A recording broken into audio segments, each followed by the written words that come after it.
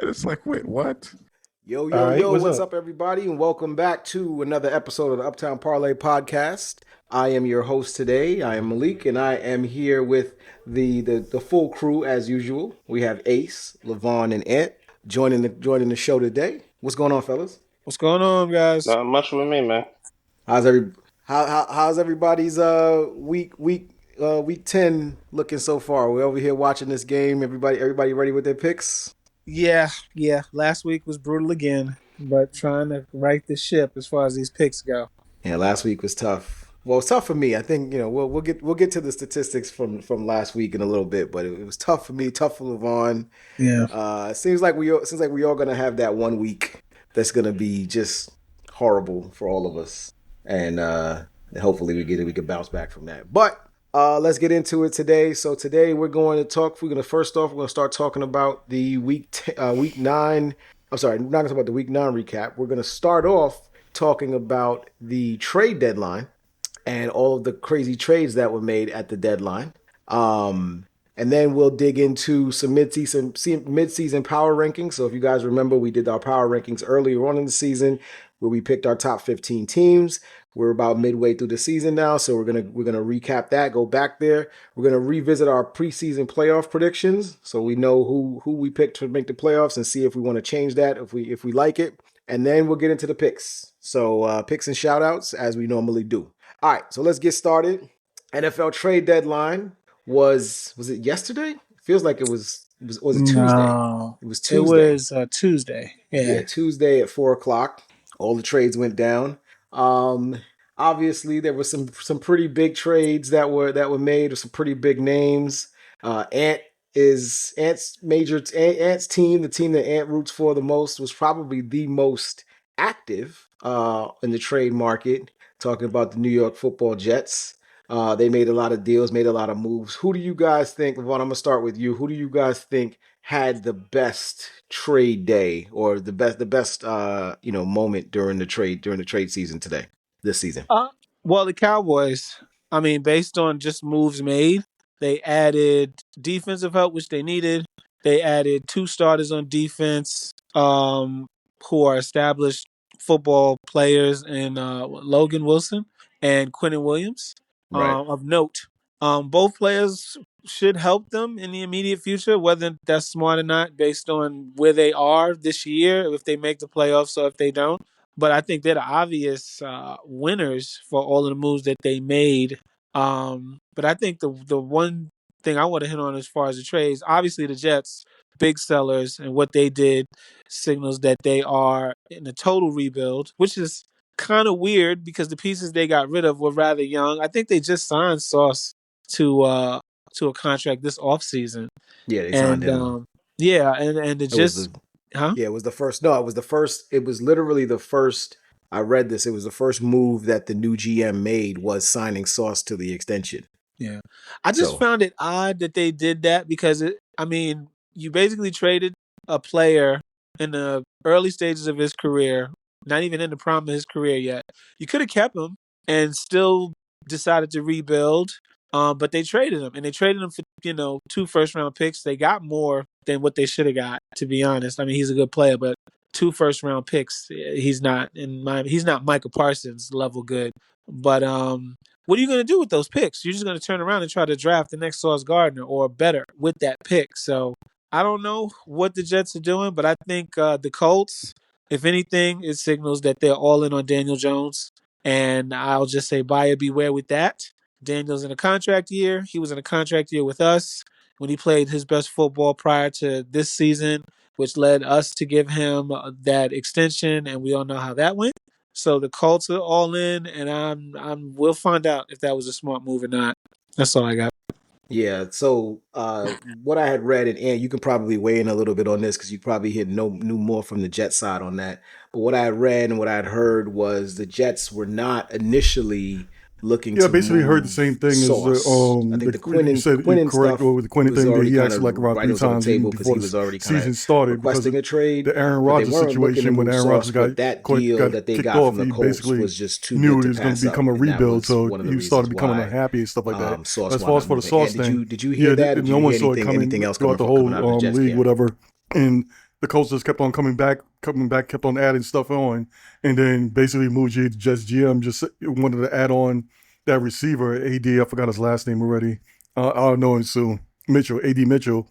They really wanted to add him on there onto that trade and stuff like that, and so that made it go through. But yeah, basically Indiana just kept on coming back with that, and the Jets just wanted to say he's just one of those Godfather deals. You can't, too good to be true type of things, and they just put it through. As far as for Levon's thing, I think the reason why it was up that Mitchell. high is because not only he's young, Yeah. is also that he just re-signed that contract that kind of boosts up his value as far as that's concerned. That the team got control of him for a long time under that contract. Yeah, I think having him locked definitely be in more because he's the highest paid. makes a good point for them because, I think what does he get, 30? I think 30 was the number that he got signed at when he was with the Jets. And with the way that these numbers tick up, if he plays back to the all-pro level that he was at, if he had been in a contract year this year, he'd be looking at more, right? So you got him locked into the number that he has. Yeah. So you got him locked into the number that he's got, and you go from there. And I'm gonna stay with you real quick. Your coffee and all that stuff like that. I heard it before from the other coaches, the same exact words over and over again. So it feels like, as far as for being a Jet fan, it's like being in Groundhog's Day. Keep repeating the same thing over and over again, just different players. And I see it all. I see these or former players and other teams and stuff like that. Like tonight, of course, the Broncos are playing. They got JFM, one of the great defensive tackles as far as run blocking. He's on the Broncos. On Seattle, you have what's the name? I forgot his name already. But anyway, that's basically it. Just rinse, repeat the same exact thing over and over again. It's kind of a little bit upsetting. But as far as the logical side, I know, yes, you got the draft picks and stuff like that. You can quite, if you do it the right way, whatever, everything will be perfectly fine. Get the quarterback and get the pieces and stuff like that. And I kind of feel that this team, even though under Aaron Glenn, as far as a defensive-minded coach, he might be pushing more towards the offense and building the offensive up. And as far as for the picks, the players that we got so far, as far as the beginning of the offseason to now, it seems like they've been good plug-and-play guys. Like we got Brownlee earlier from the, I think it was the Titans or whatever, and they fans are still screaming about that. There's our fans out there that love these moves, though. There's a small percentage of fans that hate these moves that happen. I mean, yeah. I mean, at the end of the day, eight first and second round picks in the next 2 years. I mean, if nothing else, I mean, you either make those picks and you improve. Try to make the right picks and you improve, or you move those picks and you try to get yourself some more talent, in the future or whatever. But I mean, it's commodity, right? Those picks do not matter if it's not a quarterback. That's what they got those picks for. Period. Agreed. Point blank. Agreed. If there's not a quarterback in the next 2 years that is worth them trading for or just picking outright, then it don't matter if they got 20 picks in the next 2 years. That's what they did that for. Agreed. No, and that's true. That's true. I mean, we talked about it on the chat when the trades were being made. It was like, you got to get the quarterback right. Even that's the icing on the cake. You got to get the quarterback right, and you got to develop him. You got to develop him the right way. Because we're seeing quarterbacks, former Jets quarterbacks, are littered around the NFL. Having good years because now they've been through situations where they were developed correctly. Ace, we haven't heard from you yet. Any haven't heard from you yet, Ace. Anything to note there? Any big trades to note or anything? I know your Bears made a move. Joe Tryon-Shenka from the Browns, first round draft pick. Anything to say about him or any of the other moves that got made? I think the Bears needed some depth at defensive end, and they were able to make that. And I think that should help improve the pass rush because we finally have some good defensive tackles. Gervon Dexter's really stepping up and getting pressure in the middle. So if he draws a double team, then the guys on the outside should be able to get a better pass rush. But we lost a guy to an ACL. What I've noticed more and more really is there's just been so many injuries. So if you're a first or second round pick on a team that's not performing, they are willing to trade you, and that's what the Bears were able to do.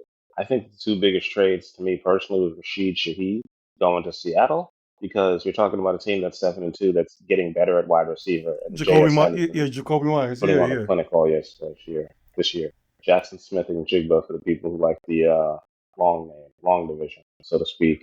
And then Jacksonville. Jacksonville also added wide receiver. I'm trying to remember homeboy's name. I want to say Jacoby Myers. Is that correct? Jacoby Myers from the Raiders. Yep. Yeah, Jacoby Myers, formerly of New England, currently of them, formerly of the Las Vegas Raiders. He didn't want to be on a bad team, and apparently they got rid of him, and they're getting better now. So we'll see.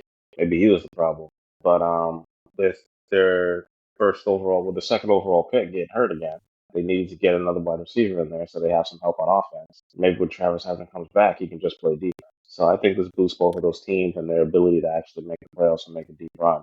And I think those are significant. But with the Jets, I think those moves do make sense. And whether or not they get a good quarterback is kind of irrelevant to me. If you can build up a great team around a QB, you can figure it out. That's what the Jets had before they got Aaron Rodgers. There's always going to be veteran QBs that people aren't sure about moving and switching teams. And maybe it's a Fitzpatrick rental situation in the future. I don't know. But Arch Manning's looking pretty good. It looks possible they can get Fernando Mendoza. But having 8 first-round picks in 2 seasons, yeah, dog, that matters, especially in the NFL where first and second round talent is how you build a championship roster. When all these guys are on cheap contracts, they're not gonna have to pay anybody, and they're gonna have all this cap space. And Brees Hall is still there, so they don't even got to worry about going out and getting another running back. And they kept their offensive line intact, so when Elijah Vera Tucker comes back next year, they don't have to go out and try to find another Joe Alt, who also got hurt. So just drafting an offensive lineman and being steady in that doesn't guarantee that you're going to win. But have faith in the Jets' moves. This is the first time I'm actually kind of positive on them. I think the Giants should have traded one of their defensive ends and got some more picks because their timelines aren't going to match up with their current quarterback, who's a rookie. So if you got rid of one Why of is he talking about my team? no, because if they'd have traded, they need to keep Burns. But if they would have traded Thibodeau, I heard allegedly that Thibodeau got offered a first round, a second round, and then another team offered a third and a second for him. And I'm like, I get it, he's very good, but he is not a monster on defense. And you need more picks going into the future if you're trying to build around Jackson Dart. So that's why I'm saying that. You have 4 good defensive ends. If you get rid of one, you still have a very good defense. You just drafted a very good defensive end. So getting rid of Why is he Thibodeau, talking no, about my legitimately, team? getting rid of Thibodeau makes sense. Oh The dude who they God, drafted this year is better than him. he's trying to bait me, and I'm not going to It's not take a it. bait thing. Well, It's a thinking for the future thing. Legitimately. No, you talk. Yeah, I was I about mean, to I say let that's you the talk about NASCAR your package. You Bears, got and to I keep kept that. quiet I because agree this is with your team. Levon. You know about your team. You sitting there trying to tell me that we should have traded away one of our 3 talented defensive ends when a rotation of pass rushers is how Philly just won, and how my New York Giants won 2 Super Bowls in recent memory. So I rebut what you just said. I so highly rebut what you just said, sir, and well, I don't agree with that. I also think just in general, and Levon, you kind of keyed in on it a little bit when you were talking about the Jets moves. Is you have to consider whenever a trade gets made, the question then becomes, what are you trading for? Like what's the goal? Like what's the long term goal? What are where are you headed as a team, as an organization? Like you could tell when the Jets made their trade, this is a rebuild.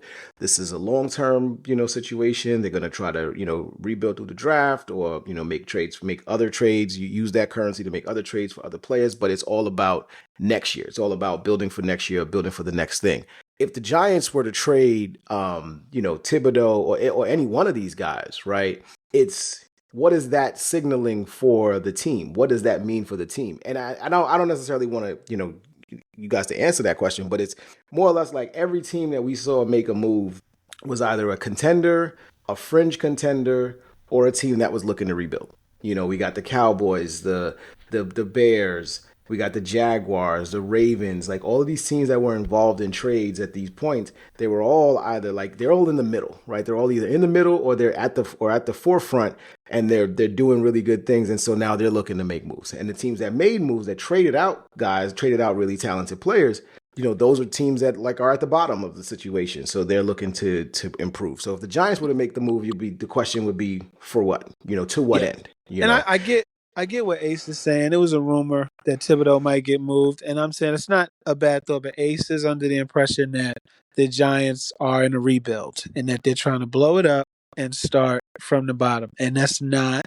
what the team is doing. We have a bad record, but we're not in a blow it up rebuild type position. We're not the Jets. We have a quarterback. We Yeah. have a receiver the quarterback can throw to. He's hurt. We have a running back that can run the ball. He's hurt. And now we have 3 pass rushers. The Giants are not far off from being a fringe team. and it's no need to blow it up. So Yeah. to trade Thibodeau for a draft pick just to go and try to pick another Kayvon Thibodeau would be pointless. Yeah. If nothing else, I mean, for what you just like what you're saying before, you have your quarterback. And when you have your quarterback, now you just build around that. You can build around that guy as long as you're not continually searching for the quarterback. If the Giants were, if Tommy DeVito was still the quarterback of the Giants at this point, then I could see them potentially moving something now to try to do whatever they possibly could to get to position themselves for a quarterback. But if you have Dart, you believe he's the quarterback of your future, then why trade good players? Well, I who thought the will Bills help was going to make a support him, move, but it seemed like they to did get him try to better. make a move, So, but it didn't work out. but Because before we move off, the Bills was trying to just get in one on that last try to thing trade because they about need the deadline. a wide Is there any receiver. trades or I any thought something teams like that that was you going to happen thought out would be from them, involved or in trades they was going to try to that trade did with the not Saints make a as move? well for their wide receiver. But looks like I'm gonna nothing start fell with you. through for them as far as anything's concerned. So that's the only thing. That's the only thing I thought of. Yeah, Levon, what about you? No, no, I was surprised certain players didn't get moved. Like I thought Jalen Waddle would eventually got moved to a contending team that needed a wide receiver. I thought Miami might be more of a seller during the deadline, but outside of that, no. Okay, all right. Well, I know Ace mentioned the Giants situation that he thought would have happened. Obviously, my Lions, they didn't make a move, but I wasn't surprised by that. There was, Dan Campbell. God bless him, man. He came out and pretty much told the media like 3 days before I think Monday, he was pretty much like, yeah, it's not gonna, like, yeah, I don't see anything happening. So, everybody can say that's a smoke. Sometimes, coaches they're blowing smoke, but I've never known Dan Campbell to blow smoke. So when he said it wasn't going to happen, I pretty much figured nothing was going to happen, and nothing did. So, just to let y'all know, yeah. So just to let y'all know a one little thing. surprising, just because the you rumors were figured true. they could have Kansas used the City guy, was trying to get especially Brees when you Hall, saw but the teams thing like is the that Eagles and the Colts Jets didn't want to give him and those only guys for a like third, and Kansas City go and only was grab going to go for a players fourth. So to help them out. so definitely But Kansas City then was trying again, to not push for that. because And I actually thought throughout the day that was going to who we happen. are. The So, way these players was actually, all right, let's move on. the way these players was Go going ahead, crazy on a. Because throughout I don't know if y'all guys was doing it, but I was actually monitoring these players on X, and every single second something was happening. These guys was throwing these little GIF emojis and stuff like that. They didn't want to say nothing, but you could see it on their faces like they was basically on the chopping block to get traded. That would have been crazy if it happened. That would have been Yeah, he that was would a have been second round pick. He insane. was the first pick of the second crazy. round. Was Brees a second round pick? Yeah, he was. He was a second round pick. Okay. Yeah. Okay. Got it. All right. All right, moving on to the next thing. So, we talked about in the beginning of the season, we did our rankings for the power rankings for the top 15. We are at the midpoint of the season, so we want to reset our thoughts on that, and we'll do another one towards the end of the season as we get closer to the end, closer to the playoffs. But at the midpoint, let's get it started. Levon, I'm gonna start with you. Give me your top 15 teams in whichever order you want to go, 15 to 1 or 1 to 15 at the midpoint of the season.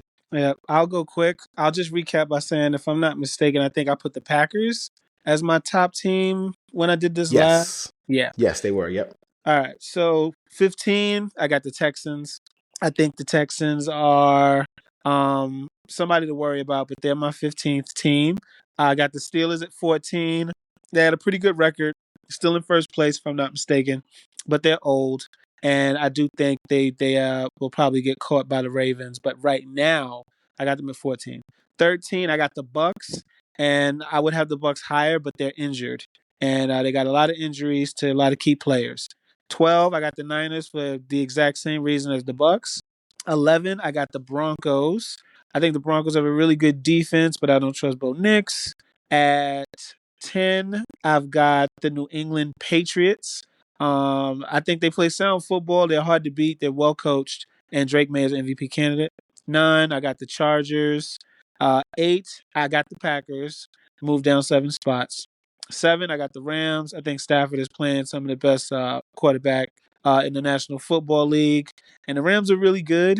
And I would have put them higher, but I didn't. At 6, I got the Chiefs.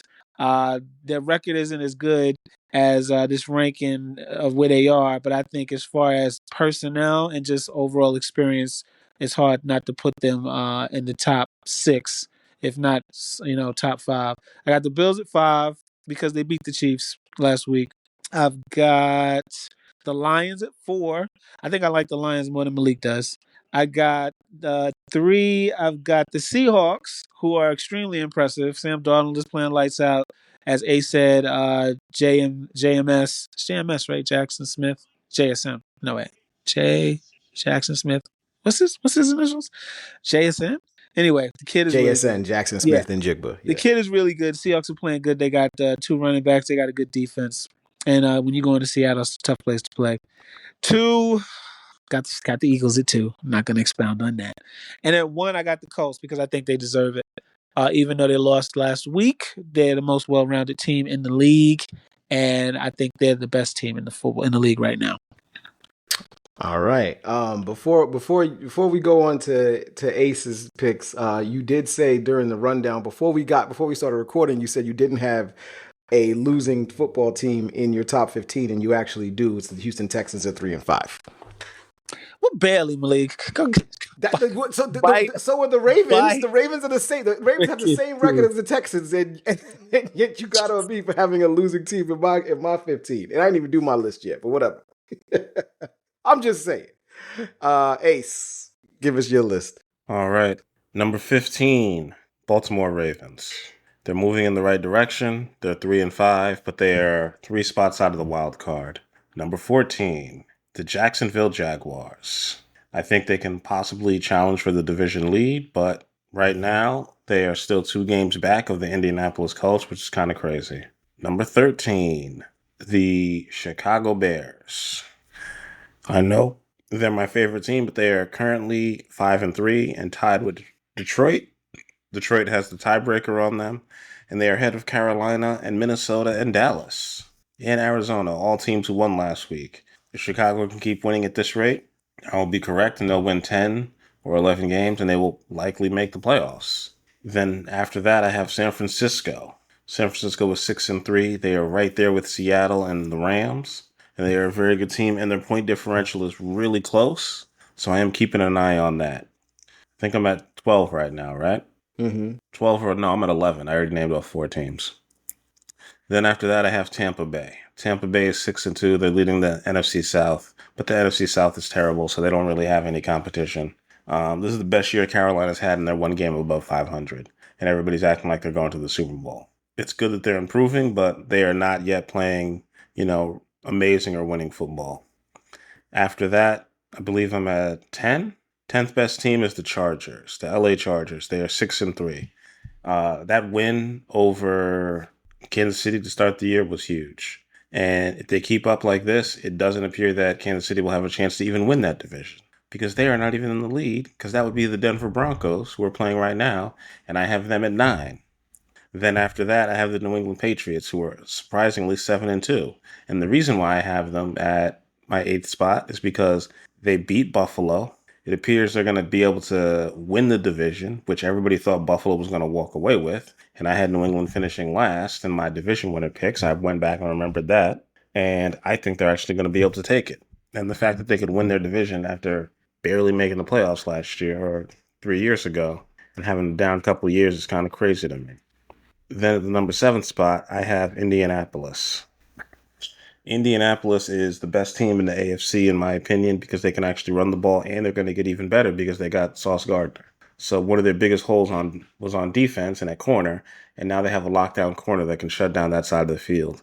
And they have the biggest point differential of anybody in the league, and they're 6-1 in the conference.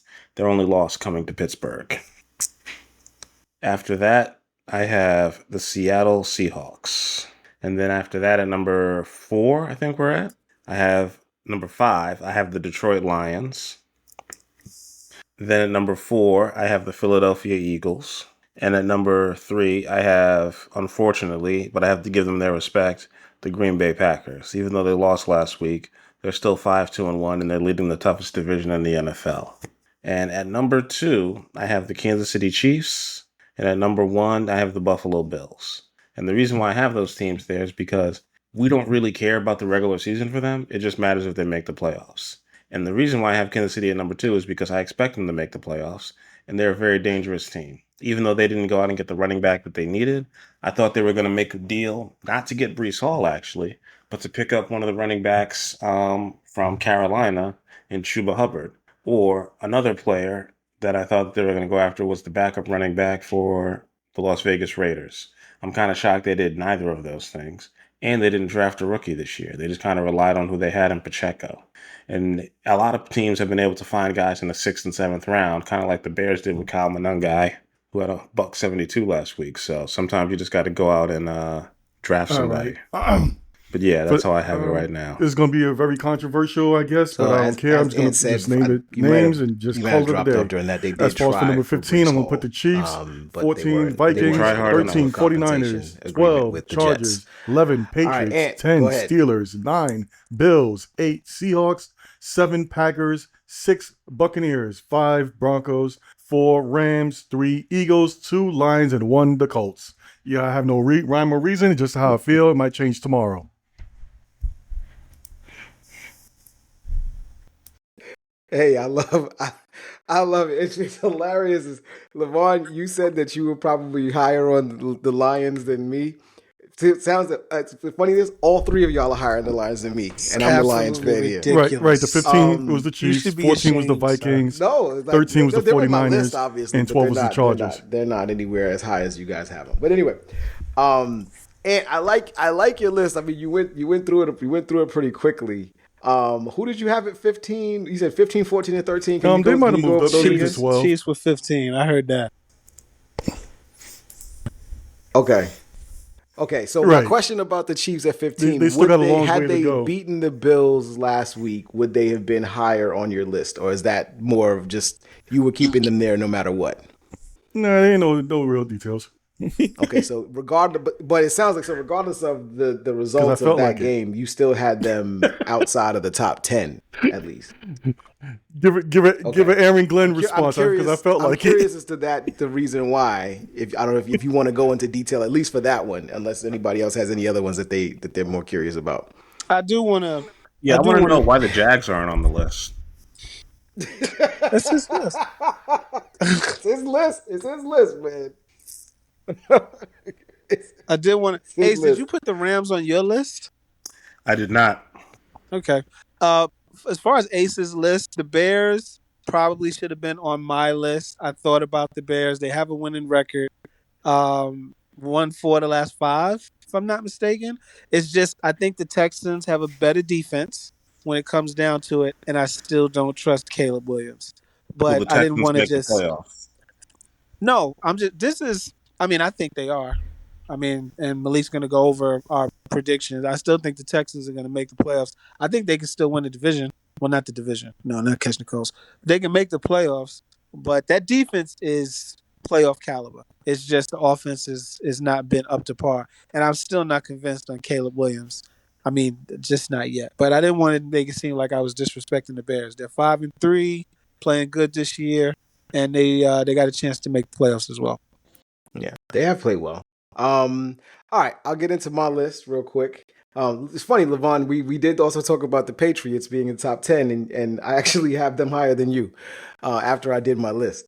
But the way I looked at power rankings, I looked at the record as a validation, but I've watched in watching the games of all of these teams, I look at it from the standpoint of in a neutral field situation, similar to how we look at how folks look at the college rankings. Who do I think comes out on top in a game at this point in time with where these teams are? So at number 15, I have the Baltimore Ravens. Just like Ace said, trending in the right direction, and now getting healthier, trending in the right direction. So I feel like they're on their way up. Number 14, Pittsburgh, 5-3, but it's a shaky 5-3 at best, in my opinion, in terms of just what they are capable of and what they're capable of on a good day, what they're capable of on a bad day. They can beat just about anybody, but they can get beat by just about anybody. San Francisco, number 13. That is, just injuries. Believe highly in the coaching staff and what they're capable of doing, but the injuries have just hurt them.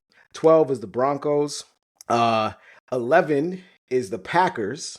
I think the Packers have 2 of the worst losses of any team in this group. Losing at home to the Carolina Panthers the tie against the Dallas Cowboys, and then losing at Cleveland. Those are three of the most abysmal performances you can possibly against those opponents. Yeah, I You're can't 100% trust on that.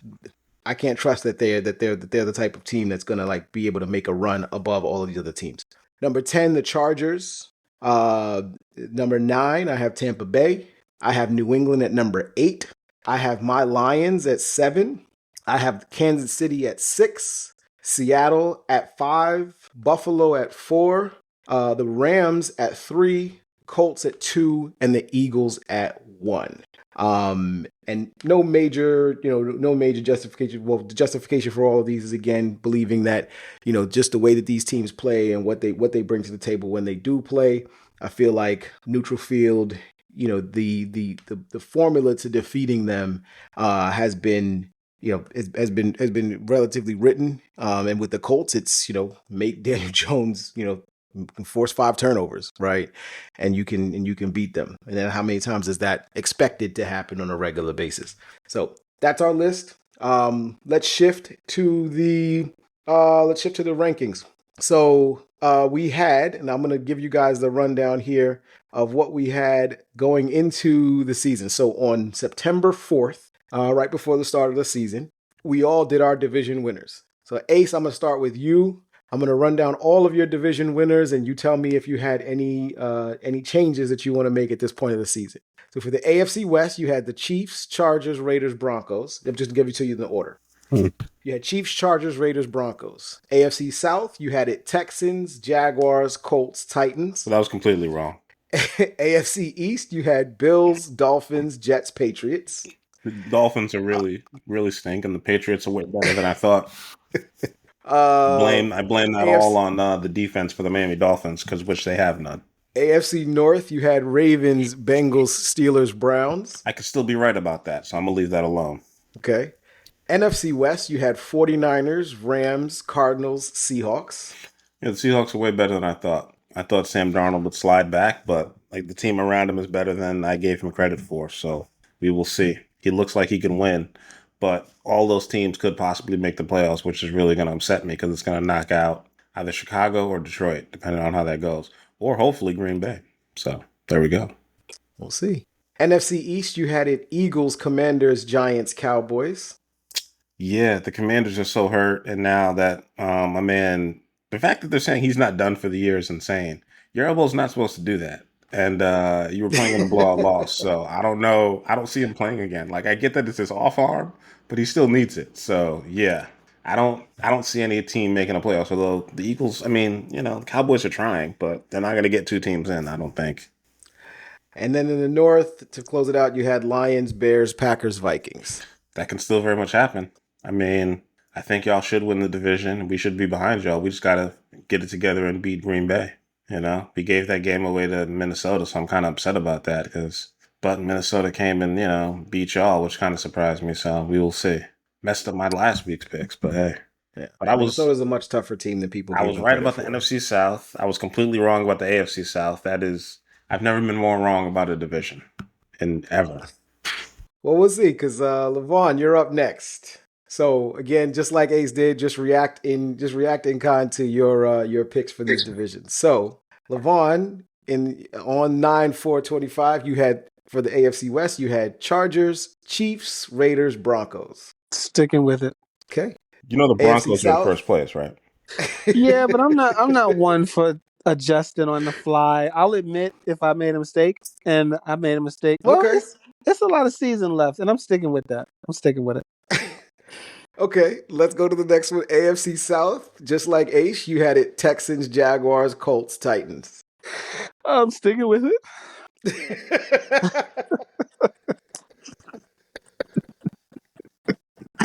All right. AFC East, you had it Bills, Dolphins, Jets, Patriots. Again, exactly like Ace had it. Sticking with that as well.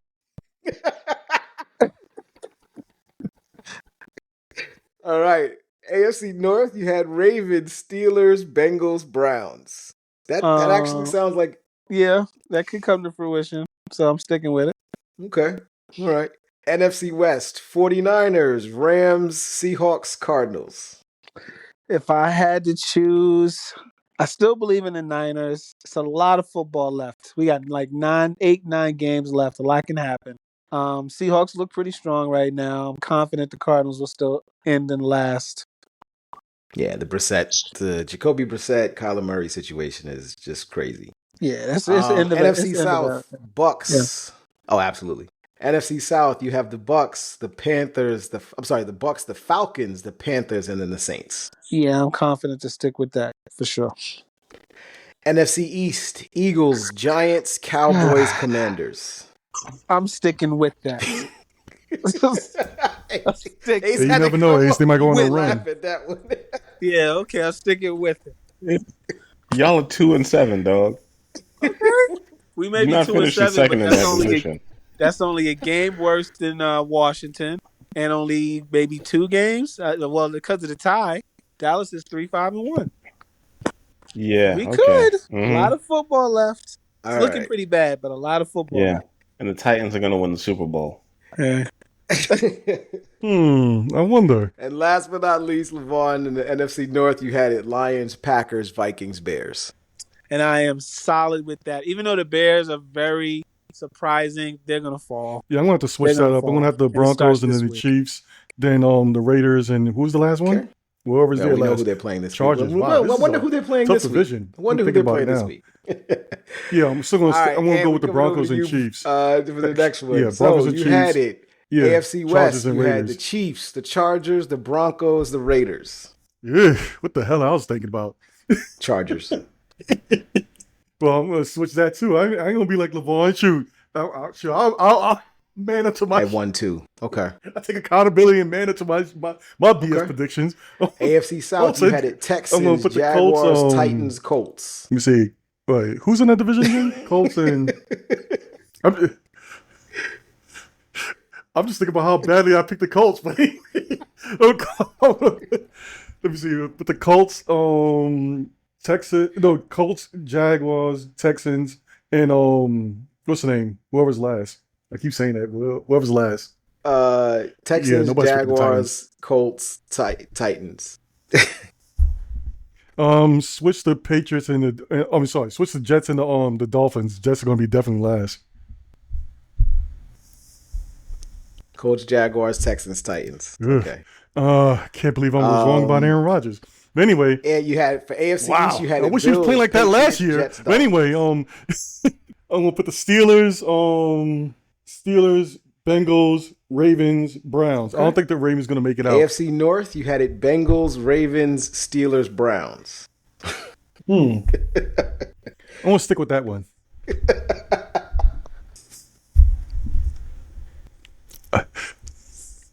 I think that's how it looks like right now in actual real life. NFC West, you had it Seahawks, 49ers, Rams, Cardinals. Okay. Nah, give it some time. NFC Falcons South, going you had it drop Bucks, right back down. Falcons, Panthers, Panthers Saints. going to drop down. It's just like, I think everybody except Ace had it that way. I think so.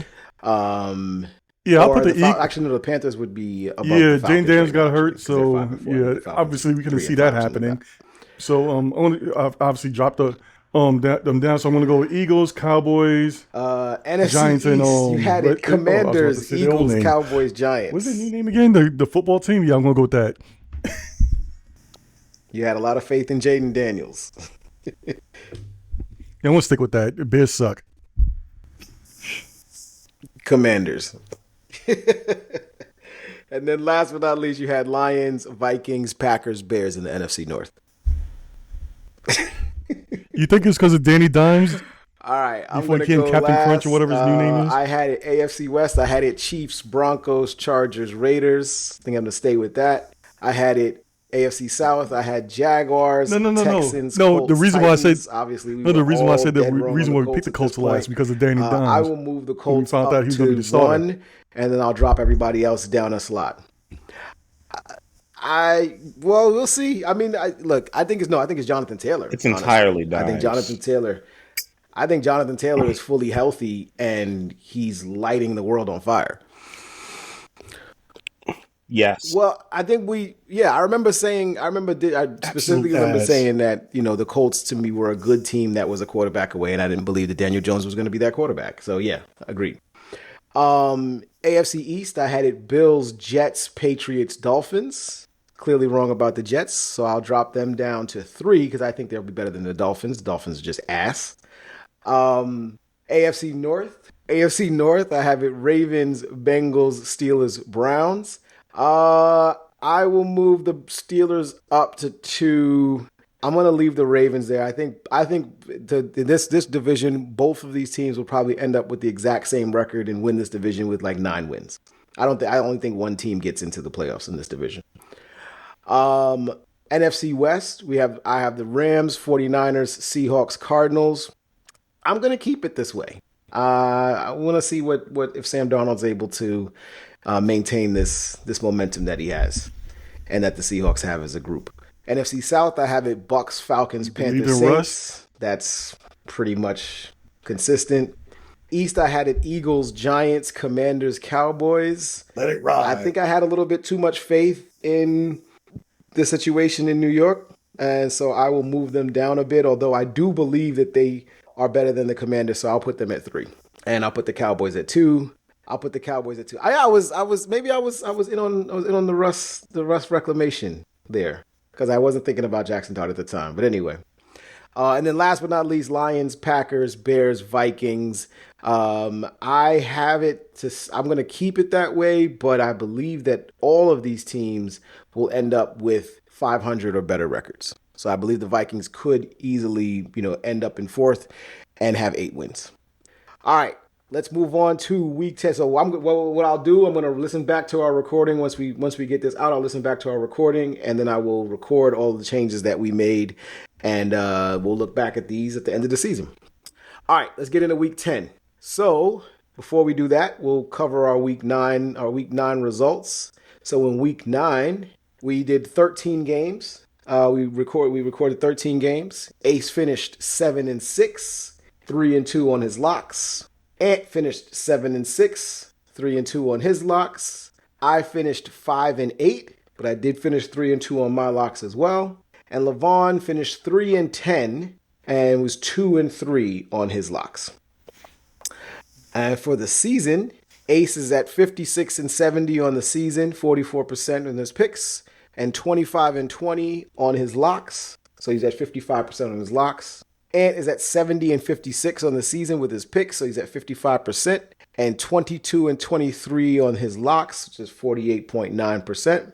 I am at 61-65 on overall, 48% for me, and 22-23 on locks at 48% as well. So I'm pretty consistent from that perspective.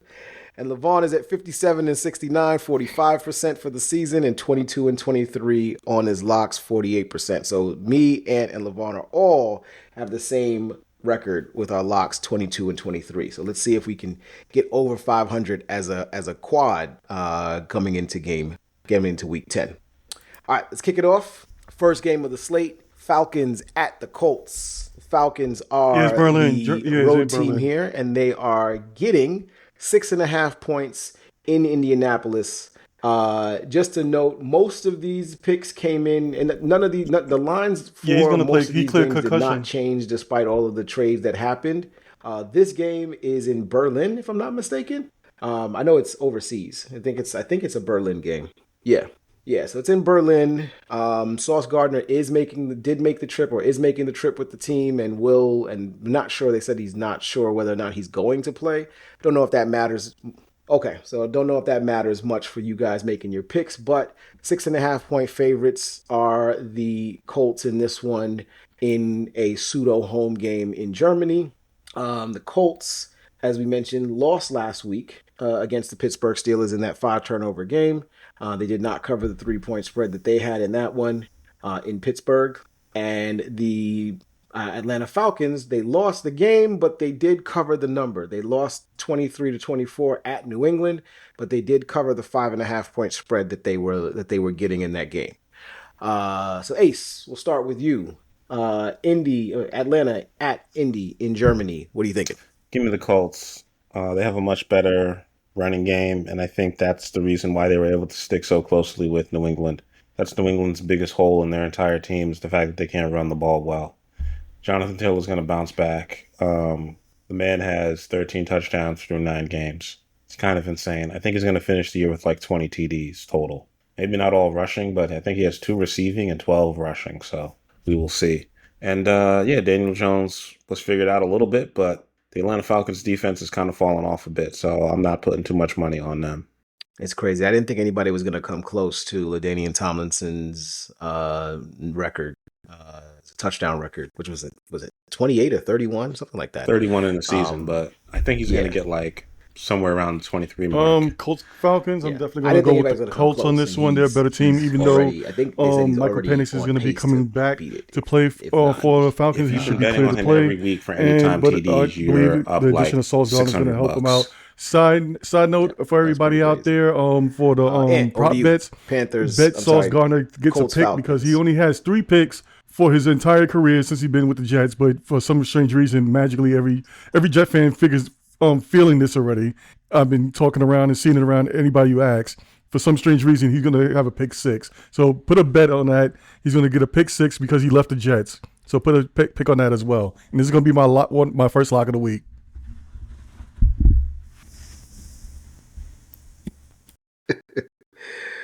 All right, Levon, over to you. Yeah, bounce back game for the Colts. I agree with what everybody said, and I'm gonna lock this one in. All right. Well, we're all going with the Colts. 2 locks. I'm not locking it in on my side. I think that the 6.5 is a little bit aggressive, especially the Germany game. All those games trended closer than the numbers, if I remember correctly. I know Cleveland, they got within the number against Pittsburgh and The Rams Minnesota. destroyed Jacksonville overseas. Oh yeah, that was the one. Yeah, that was the one that was a big spread. That was the big blowout. But the other 2 games were relatively close. So I'm going to take the Colts to win the game, but I think they'll cover the number. But I'm just not locking it in because anything can happen in that situation. All right, next up we got Saints at the Panthers.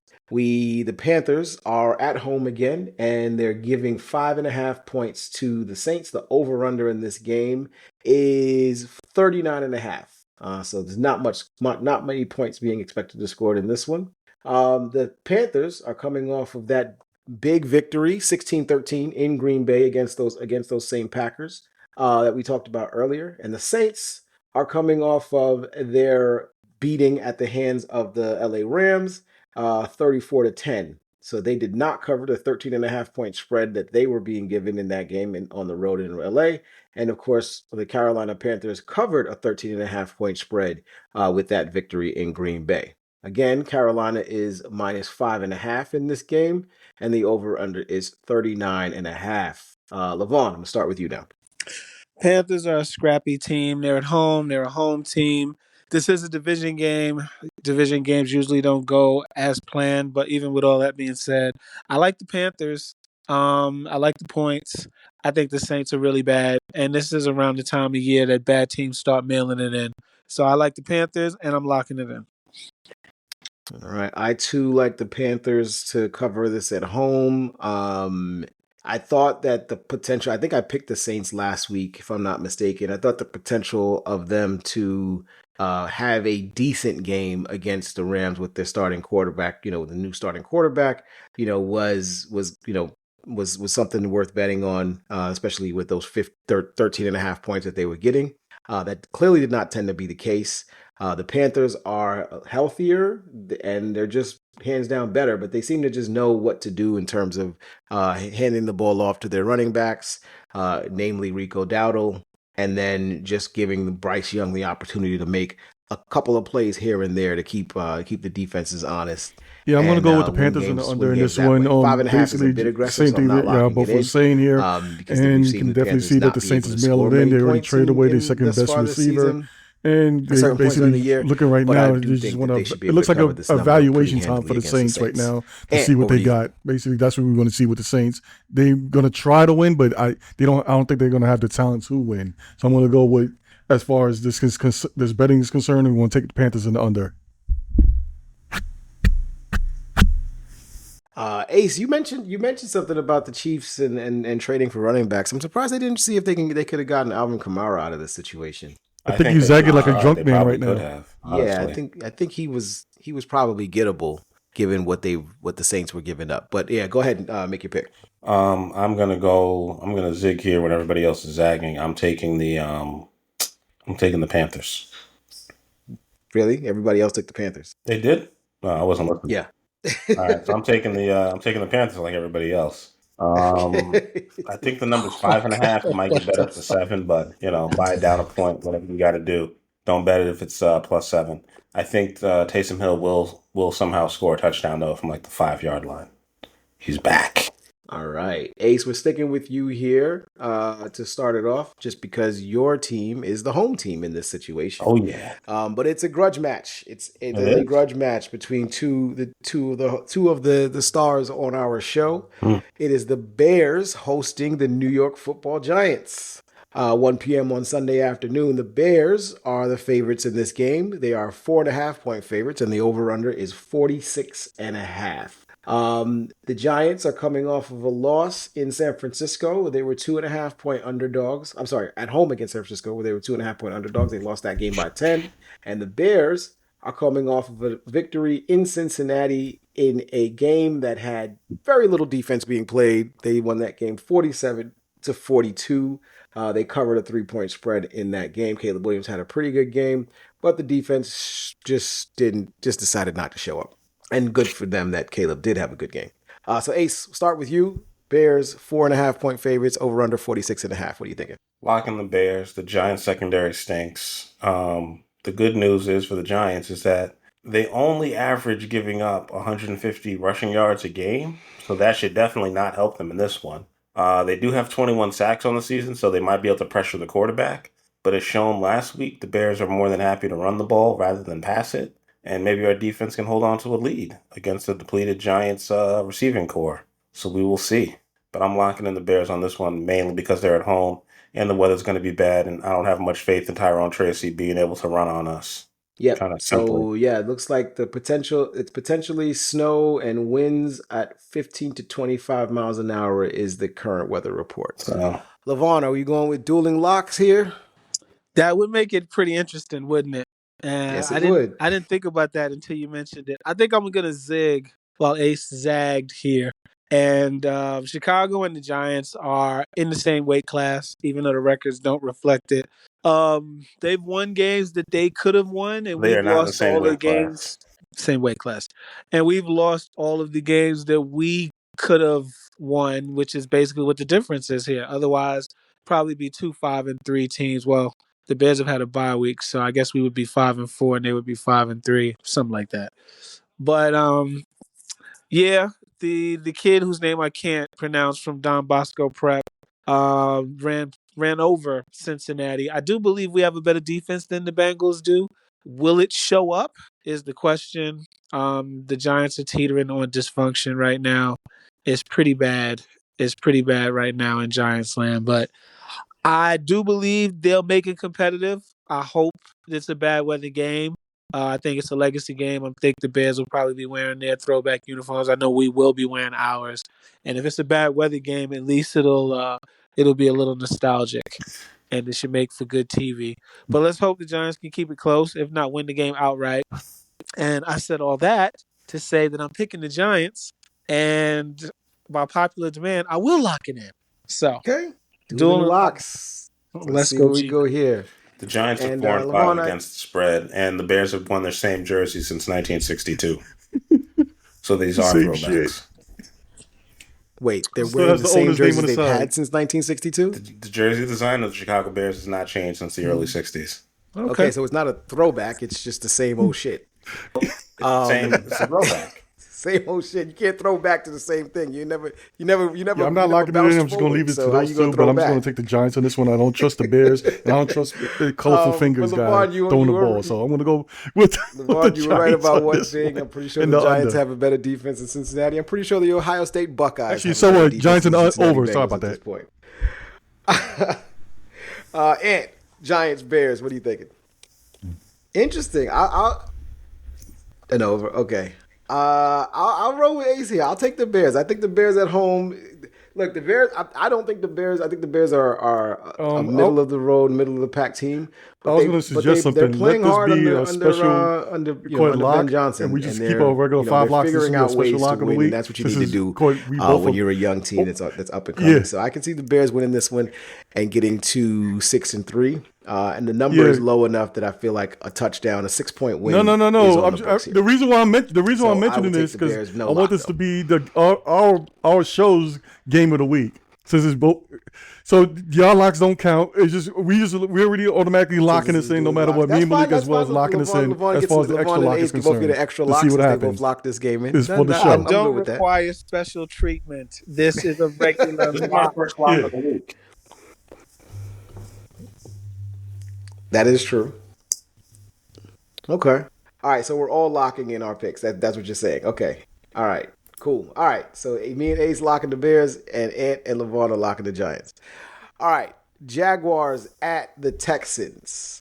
The Texans are 1-point favorites here, hosting the Jaguars. The over/under on this game is 37.5. The Jaguars, if I'm not mistaken, I think the Jaguars are coming off of their bye. Or is that correct? No. They won last week against the Raiders by 1 point. So they did not cover the 1.5-point spread last week in their game. Meanwhile, Houston lost against these same Denver Broncos that are playing right now and losing or tied again with the Raiders.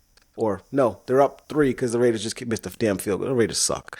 They missed a field goal. Anyway, the Raiders are down 10-7. So Denver's winning right now, and they won last week by 3 points. The Jaguars and the over-under again is the over-under again, is 1 here in this one. Texans are 1-point favorites. Over-under is 37.5.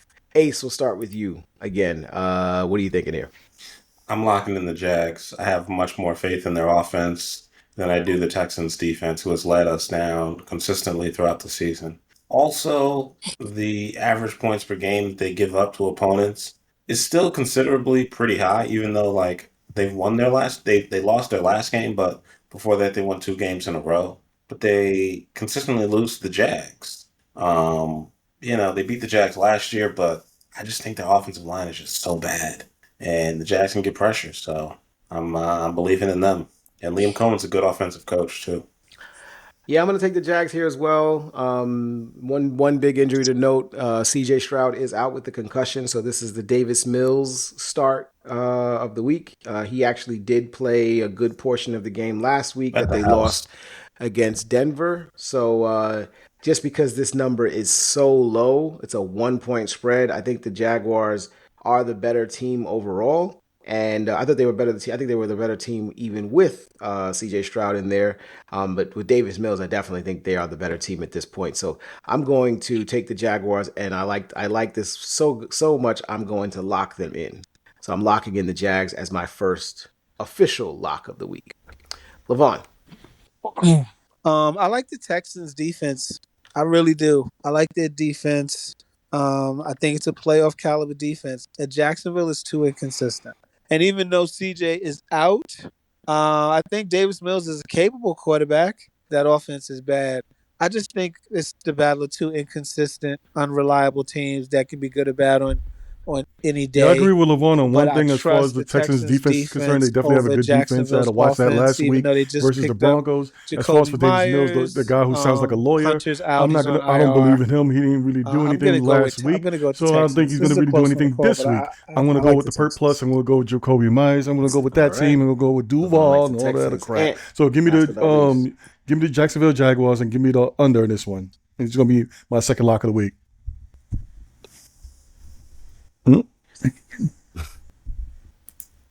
Your third, you had locked in the Colts too. Oh no, so your second, yes, because we had the Giants as the show lock. That's right, I forgot. Yes, your second one. Did we get everybody? Yeah, I think we got everybody there. All right, next up, we got the Bills at the Dolphins. The Bills are 9.5-point favorites, and the over/under in this game is 50, flat 50.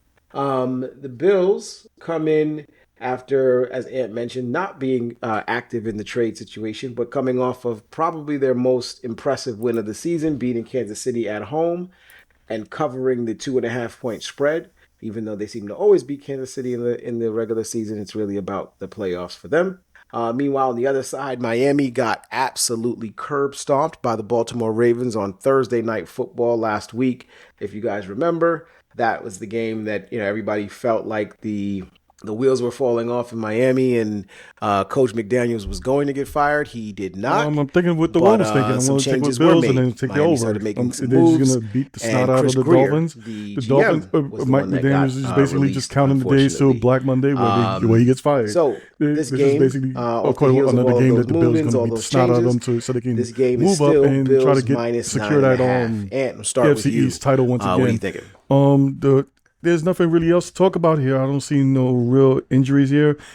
James Cook status is unknown right now because we still have something that still have to be monitored. But either way, the Dolphins should be playing. Let me see, like they ready to go to Cancun. That's the best way to say it because it's basically done for them. So I want to go with Bills. Give me the over in this one, and I'm gonna lock this in as my third lock of the week. Oh, sorry, I forgot to say one thing too. I should have listened to y'all last week with that Bills versus Kansas City thing. I knew in the back of my head that the Bills was going to lose. I mean, the Bills was going to win. I should have just stuck with that. Anyway, that was just my hatred. My hatred came out last week, and I'm going to go. I had to admit that. All right, I will take the Bills here as this is another team that the Bills were supposed to dominate.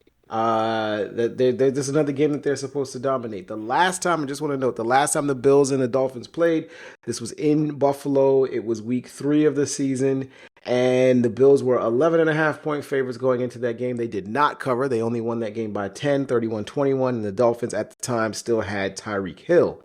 So this time around, the Bills are coming off of they're coming off of 2 straight victories, and this one being, again, like I mentioned, their biggest victory of the season against the Kansas City Chiefs. So I wouldn't be surprised if we got a little bit of a letdown here. The Dolphins are playing for whatever level of respect that they can possibly muster, and I wouldn't be surprised if the Bills let up a little bit on the gas and don't blow out the Dolphins. And so for that reason and for that reason alone, I'm going to take the 9.5 points. I will take the Dolphins to cover the number. I don't think they win the game, but I think they can do enough to cover for a team that clearly they know the Bills very well, and they played well against them in the previous game, and they played it well enough to cover that number. So I will take the Dolphins, and I'll take those points. No lock though. Levon, you're on mute if you're speaking. Yeah, I was speaking. I said a whole bunch of stuff. I don't want to necessarily repeat it. But I like Buffalo. I like Buffalo. It's a division game. Miami usually plays Buffalo tough. Division games are pretty wonky to begin with. But I like Buffalo to keep making a statement. And I'm not afraid of the points, so I'm going to lock this in. All right. Ace. I'm going to keep it short. Give me the Dolphins, fins up. They're going to put Buffalo on the sunny side of the field, and it's going to be 81 degrees in Miami. So, yeah, they're going to get off that plane, and the heat's going to hit them, and it's going to affect them. The defense is going to take it easy because they know this should be an easy game for them. And the Dolphins are going to be able to run the ball on them because the best player on their offense is Devon Achane, and Ollie Gordon is a pretty good goal line back. So expect them to run the ball a lot. All right. Next up, we got the Ravens at the Vikings.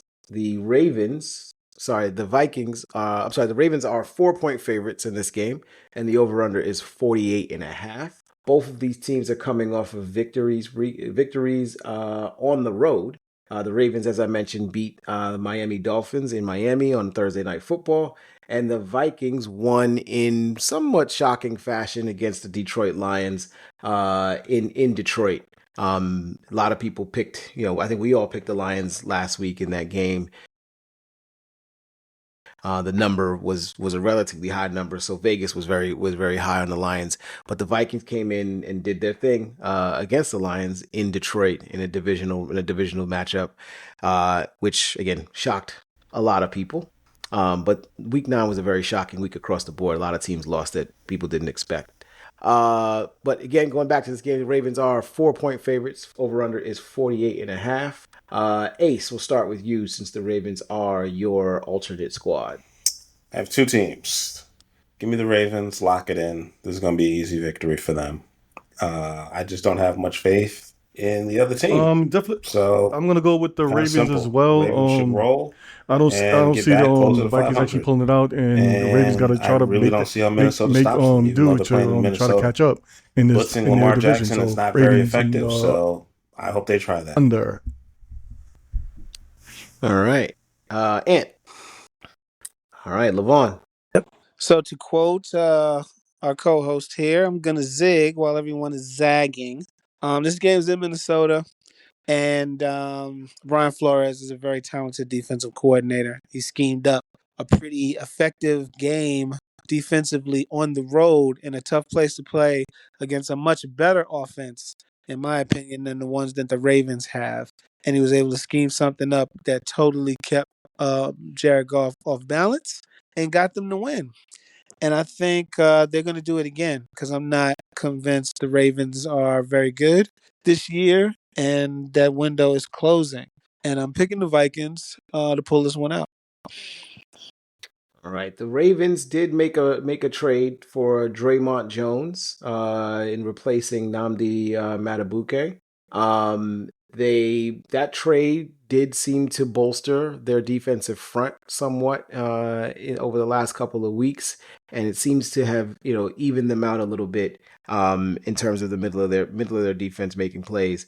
I think the unsung hero, even though I know Levon mentioned Brian Flores, I think the unsung hero from the Vikings victory last week, aside from J.J. McCarthy, was that running game between Aaron Jones and Jordan Mason. They were able to make enough plays in the running game to keep the Lions off balance and neutralize their pass rush, which gave J.J. McCarthy a lot of open windows and open opportunities against man coverage to get loose a little bit. I think that was definitely something on display, and the Ravens will likely look to stop that in the game here. I think Levon is definitely onto something about blitzing Lamar Jackson and what he can do to a team, especially when they play a lot of man on the outside of that. And one thing that we saw from the Vikings is when they do bring blitzes, they usually play cover two behind that, and if you can get behind that cover two coverage, you can make some plays. So I'm going to pick the Ravens here as well. I had the Jets winning this in the first half. Should be He able would to beat win the this snot out game, of the cover Browns, the and all of number, a sudden and Shador they are Sanders the come in most desperate and wins team the at this game. I point got the as Browns, well. and I got the over in this one. All I'm right. locking this in as my Browns fourth at lock of the week. Jets. And we're just going to Actually, start here under, with sorry about you. that. Not even going to go into too much detail here. The Browns are 2.5-point favorites. The over under is the lowest of the season of the week, 37.5. And what are you thinking? All right, on the under. Okay. I'm going to take the Jets. There's no other reason, man. I like what you just said. I think the Jets will they're gonna play hard. They're gonna play for their guys, and at the end of the day, what are they playing for? This is a team that they should be able to hang with, and so 2.5 points. I'm gonna take the Jets here. This is one of those teams, one of the few teams that they should be able to hang with from both a talent perspective and a skills perspective on the side of the coaches. I don't see a glaring hole or a glaring advantage that the Browns have aside from Myles Garrett, and so I'm going to take the Jets to cover the number. No lock, but I definitely feel like they can hold their own again. They should be able to hold their own against the Browns, especially at home. Levon. I thought I was going to be the only one to pick the Jets in this game, but so far it's the three of us, and who knows what Zigzag is going to do. But I think the Jets, after they basically gave away two of their best players, that team will pretty much have something to prove that they're not dead without their two best players gone, and they'll play hard for Aaron Glenn. And if there's a team that they can beat, it would be Cleveland, even though Cleveland's got a great defense. They're susceptible because their quarterback play is subpar, and they don't have much offense outside of the Jed Junkins kid, who's actually very good. Bit wishful thinking. This is more of a momentum type pick than it is X's and O's and actual personnel, but I like the Jets. All right. Anthony actually took the Browns, so it's you and me with the Jets at this point, Levon. Anthony took the Browns because he believes that Shador Sanders is coming into the game and That's right. He picked the Jets. their He asses. fooled me. He said he picked the Jets to win the first half. He That's picked right. the Jets in the first half. Gotcha. Yes, Gotcha. exactly. Ace, over to you. Dylan Gabriel still has less passing yards than Joe Flacco did just with the Browns. I just want that to sink in. In the 4 games that Joe Flacco played with the Browns, he still has more passing yards with the Browns than Dylan Gabriel does. And Dylan Gabriel has played 6 games with the Browns. The Browns are coming off of a bye week. The Jets are not. Justin Fields has yet to throw an interception. His biggest issue is fumbles. They still have Breece Hall. They still have Wilson. The Jets should be able to cover this, and they should be able to win. But I'm going to take the Cleveland Browns because they have the better defensive line, and they're going to be able to pressure the quarterback, and he will not have much time to throw. So I'm expecting a fumble. And the one game that they blew somebody out, that was the Dolphins, and they had Could a fool my bunch of Facebook turnovers. And they timeline beat because I see 31 to that 6. I'm going to be in the story So almost every damn give me day. the Browns to win this game. Hell could freeze over. Shador's not getting in there. I don't know what it is with this coach Stefanski, but he's got something against Shador. And Shador's just staying quiet, and he's not a story anymore, and I think that's good for him. And now it just looks like the coach got a grudge against you. It's Quinshon Judkins. Yeah, it's Quinshon Judkins from Ohio State, who is a national champion. And before that, he was with the University of Mississippi. Very good college running back, very good pro running back. And he should carry the day against the Jets without their run stopper there anymore. So give me the Browns. Yeah, no Quinn and Williams. That's a big hole to fill for the Jets on that front. All right, Patriots at Buccaneers. The Buccaneers are 2.5-point favorites coming off of their bye, hosting the New England Patriots. The Patriots are coming off of their win, their 6th in a row against the Atlanta Falcons at home. And the Bucks, like I said, are coming off of their bye week, but before that, they won in convincing fashion in New Orleans. 2.5 points is the spread here. The over under is 48.5. Ace, we'll start with you. Give me the Pats. I know the Tampa Bay Bucks are coming off of a bye, but the Patriots play really tough each week. They really should have lost last week, but the kicker missed the extra point for the other team. And that was going to be my survivor pick, I'm but I going to go didn't the get it opposite in, way. I so I'm want to out take anyway. the But Buccaneers. I'm I going think to the take Pats are the going to go over down in this there one. I think the and beat them. Buccaneers is going to pull It off this win usually thanks to happens, that and having I that bye think I'm going to week. I count think on they're this going time to too. have a plan ready for the They just don't Patriots. have enough in Tampa. People is bumping up the Patriots too much, and I All think that right. this is where their bubble And gets burst a little bit. So give me the Buccaneers on the over in this one. all right, yeah, I like the Bucks as well. I'm gonna lock them in. I like the Bucks here. I think that the number here at 2.5 is low enough that I feel like the Bucks should be able to eke out a victory. This is the type of game that they win. This is the type of game where it's back and forth. It's up and down. It's back and forth, and they win this game by 3 points in a last second field goal with Baker Mayfield running them down the field. So I really like the Bucks here, getting a little bit healthier, getting back some of their guys. Chris Godwin might play. He's still listed as questionable. He might play. We already know about Mike Evans not being out there, but they might also get back Bucky Irving, who has been out for the past 3 weeks and is still questionable with a foot. But if he plays, should bolster the running game as well for Tampa Bay. So I'll take the Bucks at home covering the number, and I will take the over, and I'm locking them in. Levon. Yeah, I like the Bucks. This should be a pretty good game. But the Bucks are at home and have more talent than the Patriots do. I think it could be back and forth, but in a close game, I trust Baker Mayfield at home. All right. Next up, we have the Seahawks and the Cardinals. The Cardinals are in Seattle to take on the Seahawks. The Seahawks are 6.5-point favorites in this game, and the over/under is 44.5. As I mentioned earlier in the show, this is the Jacoby Brissett starting for the potentially remainder of the season. Kyler Murray was placed on injured reserve, but he was being outplayed consistently by Jacoby Brissett over the course of the year, and Marvin Harrison looks like he is finally back to playing, much better football with the new quarterback. The Cardinals won their game last week in Monday Night Football against the Dallas Cowboys in Dallas in very convincing fashion, where Jacoby had a really good game. And meanwhile, the Seattle Seahawks won the night before on Sunday Night Football in Washington in very convincing fashion as well. So both these teams coming off of big wins against NFC East opponents. Again, the number here is 6.5 points. The Cardinals are getting that on the road. Levon, let's start with you on this one. What are you thinking? Yeah, Seahawks. It's not much, not much to say here. I guess the one thing to say is that I think the Kyler Murray experiment is done. Um, I know they say he's hurt, but I think it's fair to say that that experiment is come to an end, and they'll be looking to move on from him pretty soon. The Seahawks are really good. Sam Darnold looks like it was worth the investment. Um, they did get better, just like Ace said, by picking up Shaheed. He's a speed threat. Not like they needed one, but he adds some depth to their wide receiver core.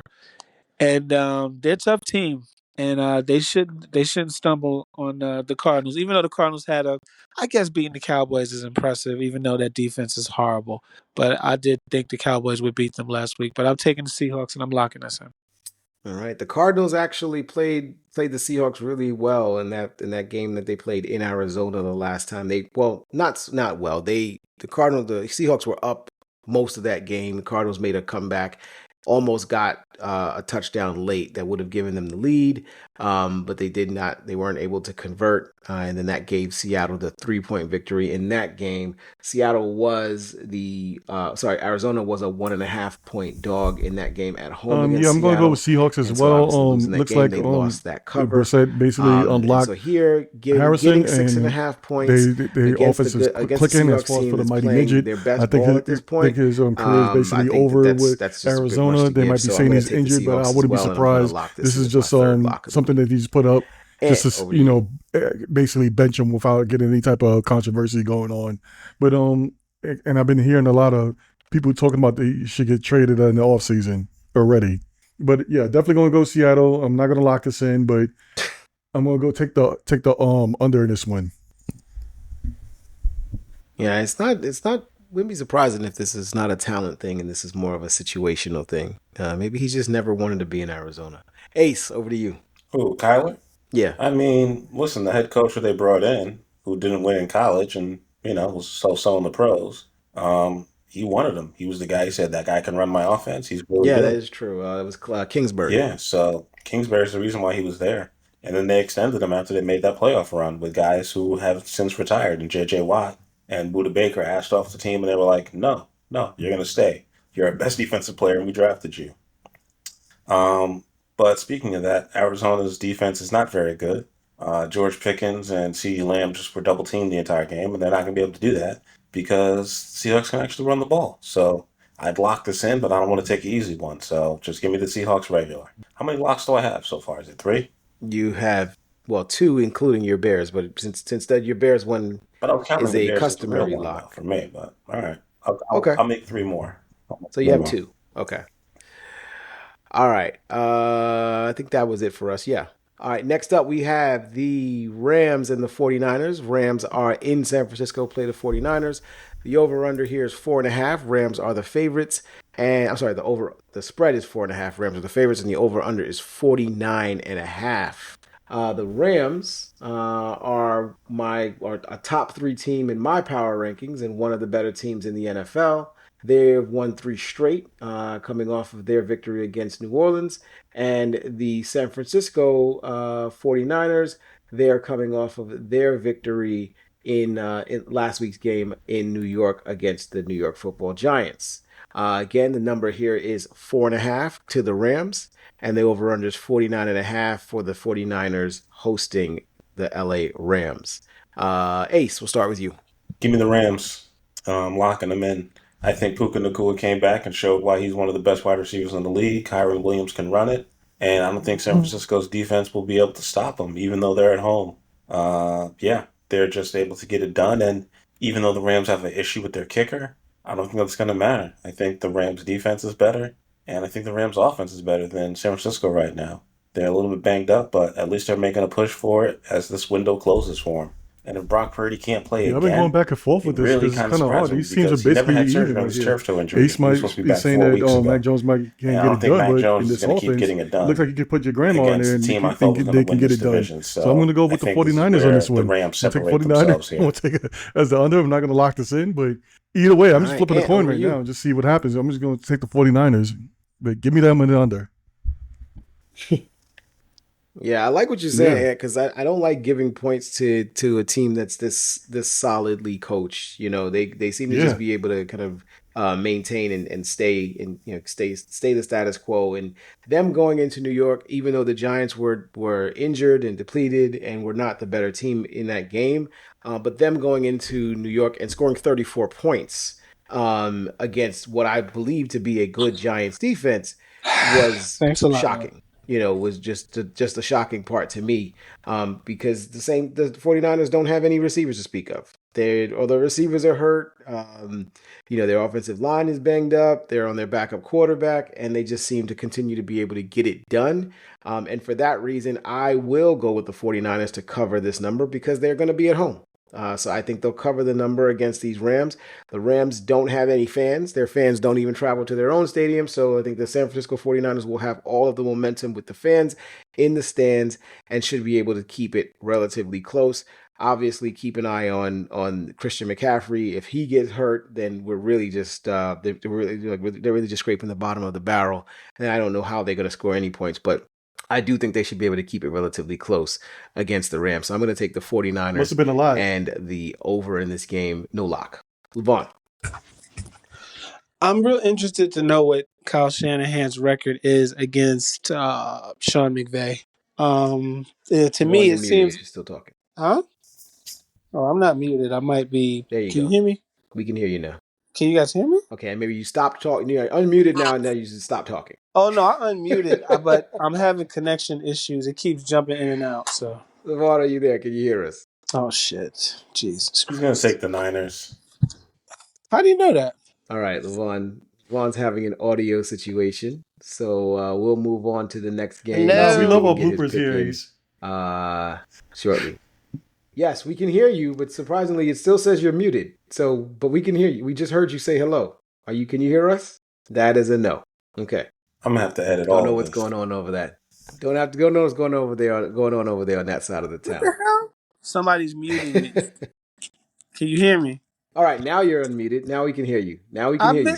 I unmuted myself. We can. I was Are you making a pick? 49ers. Yes. Okay. Right. Well, go ahead and make a pick. 49ers Rams. Ace was absolutely right. I'm picking the Niners strictly because I think Shanahan owns McVay, even though I don't know what his record is against McVay. But teacher seems to have the students' number, so I'm taking the Niners. You know what I got to say to that? No. But he's put both of their Super Bowl rings in the rocks and see which one makes more noise. Okay. Well, Ace took the Rams, so. But he said. Ace took the Rams, so we're he the said only I ones. was taking the Niners. I heard him say that. He said that. No, he locked in the Rams. Ace actually locked in the Rams. Yes, he was right about saying you were going to take. Yes. I'm sorry. He was right about saying you were going to take the Rams. Yes. Okay. Yes. All right. I'm sorry. When you said Ace is right. Okay, I get you. All right. Next up, we have the Lions at the Washington Commanders. The Lions here are favored on the road by 9.5 points. The over/under is 49.5. This is funny enough, like the Washington Commanders have played more games without Jaden Daniels this season than they played with him at this point, and they're likely going to play some more games without him, with him having that dislocated non-throwing elbow. So it's Marcus Mariota stepping into a starting position here. This number started out at 9.5. It's trending downward. It's now at Detroit -8. So that means like most of the money is still coming on Detroit, which is why that number is trending downward to try to get some more money back on to the Washington Commanders side of the ledger. That said, the Lions are coming off of a big loss against the Minnesota Vikings at home. And Washington, as I mentioned, are coming off of that huge loss against the Seattle Seahawks. I will start first since the Lions are my squad. The Lions don't lose. They have not lost back-to-back. I think I said this earlier, few episodes ago on the show. Lions haven't lost back-to-back games since 2021. So this is not a situation that they're definitely coming into this expecting I expect them to win this game pretty handily. This is not a primetime game. So it's a 4:25 start. And the other thing is they're clearly speaking about the fact that they fully remember the ass kicking that the Commanders gave them in their house during the playoffs. Jared Goff was speaking about it on the podium earlier this week, and he did talk about them remembering that, which also kind of tells me that maybe they were looking ahead of the Vikings a little bit, looking towards this game, and got themselves tripped up. So I think this is a big bounce back performance for the Lions, especially their running attack. Expect Jahmyr Gibbs to have a big bounce back performance up against that second level unit in the Washington Commanders. The only concern I have right now with the Lions is that the interior offensive line. Graham Glasgow, who's our starting center for the vast majority of the season, did not have a good game at all against Minnesota, and it looks like he's going to be shifted over to the left guard position. And those memes where the guy looks side eye and stuff like that at people. That's how I was looking at Malik when he was saying I'm a little worried. Come on now, we all know daggone well the Lions going to beat the shit out of a little bit closer. So that's why this 9.5 is a little bit Commanders scary. or Washington Redskins or the Washington football team or whatever team you want to call them. They don't have Jaden Daniels. He's going to be gone. He's basically gone for the season. They're going to get the behinds whipped. If they're talking about they remembered losing to these guys, they're going to beat the snot out of them. Come on now. So I'm going to take Detroit and take Detroit in the over. It's going to be a beatdown. I'm not going to lock this in. I'm going to save my last lock for later. But it's ass whipping. We all know what's going to happen. Ass whipping. Malik ain't worried about shit. He knows it's ass whipping. He is so much of an ass whipping that he's going to watch this game on his iPad while he's doing something else.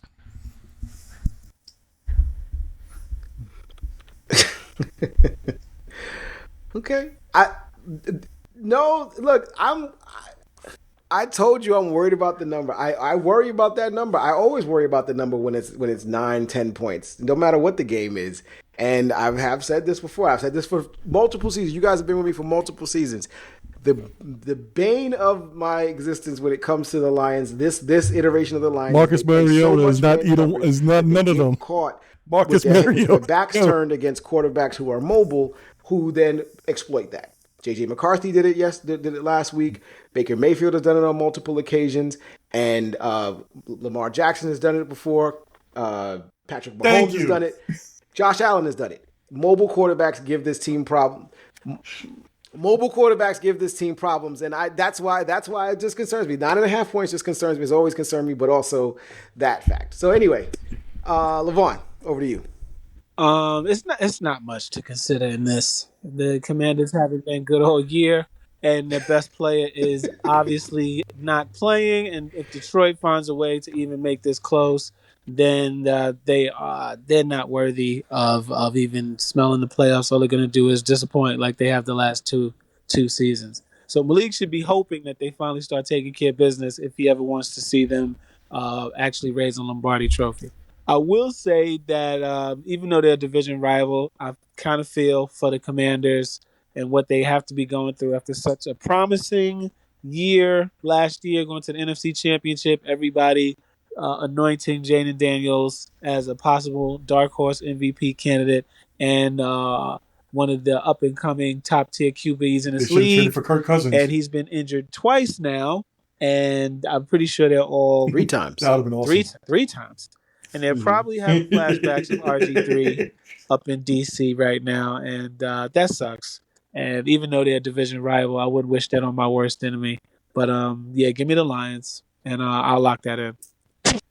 No, they've paid enough of Kirk Cousins' bills over the years. Ace, over to you. The last time Marcus Mariota started for the Commanders was October 27th. He threw 1 touchdown and 2 interceptions, and that was at Kansas City. His best game as a starter this entire year was at Atlanta, and they've lost both of those games.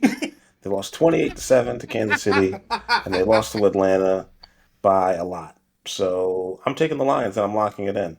I can't believe this number is only -8. People actually, the teams you said it should be like -14 or 13.5 if you want me to consider taking the Commanders. For him too, ain't no way in hell. They wanted to lose. I'm taking the Marcus Mariota-led team in the year of our Lord, 2025. When this man was drafted... he didn't make it. He got carried by Derrick Henry. He was drafted in 2015. If he was that good, he'd still be with the Titans. Exactly. he was really good. He was really good at Oregon. Listen, in fairness to him, he did make it to the AFC Championship game with Tennessee, but he was the backup in Oh, I'm 2019. worried about them losing. Oh no. He And won. isn't Louvu suspended in this game for Correct. his like I'm third worried hit about Yes, my block Lulu tackle? was numbers. Oh suspended, no, and Louvu's something also bad suspended. might because he keeps happen. hitting people in the head, and also Marshawn Lattimore is out for the rest of the year. So who knows? Who knows what's Yes, going to I happen? did. But And Malik I is did see still that. I Malik is don't over see there how still Washington. talking. I did. I did. No, I did lock it. I locked in the Lions. I did lock in the Lions. They are my lock. They are one of my locks for this week. But I did say I don't like that. I never liked the number. I never liked 9.5 This points. I is the never game of liked the 10 points week or more in any for game. Fox. At any game, I never liked 10 points or more in any I game. will say these are all going All to be right. bad games at the 4 o'clock, except for the Rams and the Niners. But yeah, there's no reason to not bet on the Lions. Like legitimately, this will be probably the No, most bet game of the week. it probably is. That's probably why this number's trended down because it started at 9.5 on Tuesday, Yeah. and it's now 8. So I'm sorry. No, I'm sorry. That means it's trended upwards because if it's coming down, More that means money must people be are coming betting in on on the Commanders. Washington. Correct. That's why I was Yeah, like, people are betting on Washington. it should be at like 12 and a Yeah, half, honestly. yeah, But I'm heavy on the Lions. yeah. All right. Sunday night football. Steelers at the Chargers. The Chargers are favored by 3 over the Pittsburgh Steelers, coming off of their most impressive win of the season. The Steelers that is, they beat the previously not unbeatable, but the very very formidable Indianapolis Colts at home. Where they turned Daniel Jones and that Colts offense over 5 times and was able to put up 27 points of their own. Meanwhile, on the other side, the Chargers beat the Titans 27-20 as well, but they did not cover a 10.5 point spread in Tennessee in that game. The over/under in this game is 45, and the Chargers are 3 point favorites at home against the Steelers. Ace, we'll get started with you. Sunday night football. What are you thinking? Sunday night football, I'm going with the Chargers because they're at home. Basically, it's going to be good weather. They play in LA. They don't got to worry about it. Give me the Chargers. I think their defense is just as good. I think the Steelers finally got their act together on defense, and they were tired of getting talked about bad. And I think the Chargers are going to be able to get to Aaron Rodgers, and Khalil Mack is going to have him having flashbacks when he was on Green Bay and he was sacking them with the Bears. So we will see how it goes, but I don't see it going the Steelers' way. Oh, this is weird They're not going to be stats. able to run They on showed that. here as That far being as said, against the Joe Alt spread, the is Steelers out, are so 4-4, I'm not Chargers locking are in 3 either of 5 these and games because 1. their starting left Um, tackle is gone. So we'll really see hard to how it pick here. goes for the Chargers as well. A I'm lot just of gonna go injuries with the around. Steelers on this one. I want to pick the All Chargers. They're a right, little bit better team, but I feel like the Steelers. Once again, I'm gonna have to throw in that experience in here. I think the Steelers can actually pull it out. They got the veteran team, and I think they're gonna actually win this. So I'm gonna go with Steelers, and I'm gonna take the under. All right, and I'm with you on the Steelers here. I think the loss of Joe Alt for the Chargers is absolutely huge, especially given that they also don't have their other tackle on the other side, and he's been out for the entirety of the season. So I'll take the 3 points for a team that's going to defensive a game that's likely going to be a defensive struggle across the board for both of these squads. The Steelers, they paid a lot for this defense, and it came through in a big way against an Indianapolis Colts offense that we all probably believe is better than the Chargers offense overall. The Chargers also have trouble running the football. They haven't found a consistent run game pretty much all season, even when Amari Hampton was starting and playing. The rushing offense was not great, and that forced a lot of Justin Herbert hero ball, which was effective in the beginning of the season and not so much at this point.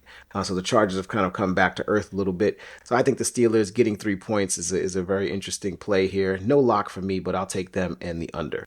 Levon. Yep, I agree with all of that. In fact, Malik took what I was going to say about the offensive line woes. They traded for, I think his name is Trevor Penning, Yes, from the having, Saints. because they're having issues. Alt, who is actually their starting right tackle, but because Slater got hurt before the season started, they had to move him to left, and he's gotten hurt twice so far and is out, and they had to go with the trade for Penning. Last thing you need when you have a quarterback that is pretty much a pocket passer like Herbert is issues up front. But with that being said, I still think the Chargers at home will take out the Steelers. So give me the Chargers. All right. And last but not least, Monday Night Football. The Philadelphia Eagles going to Green Bay to face the Green Bay Packers. The Eagles are coming off of their bye and have made a slew of changes across the board for their team. They traded for the cornerback Jair Alexander from they did from the Jets. They Ravens, did it earlier though. earlier in the week, and They then did on the Michael Carter for the second. trade deadline, they also traded for Jalen Phillips from the Miami Dolphins, and then they traded for was there one more trade that they made? Or was that it? That Joey Alexander and the Jalen Phillips. I feel like they made one more that I can't see right now. But yeah, okay. Michael Carter. Yes, with the Jets, right? Michael Carter. That's right. Yeah, so the Michael Carter, and so all of those trades happened while the Eagles were on bye. So we haven't seen them actually play with any of these players yet to this point. And so they're a brand new defense. Because all those players were acquired on the defensive side of the football. We'll get to the picks here. The Packers right now are favored. They're 2.5 point favorites in this game. The over-under is 44.5. As I mentioned, the Eagles were. Well, if you bet your money last week, it's time to get it back using the same exact team. I'm going to go with the Packers on this one. I'm going to take the over. And they were the Eagles, yes, they did all those trades through the bye week, and they had a little time to practice. But I think it's still going to take some time for them to all gel together as a team in the whole. So I'm going to go with the Packers. Give me the over on this one. And it's going to be my last lock of the week.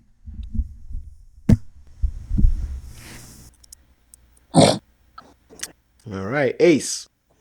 Go Birds. Give me the Eagles. Lock them in. They're going to crush the Packers as they usually do.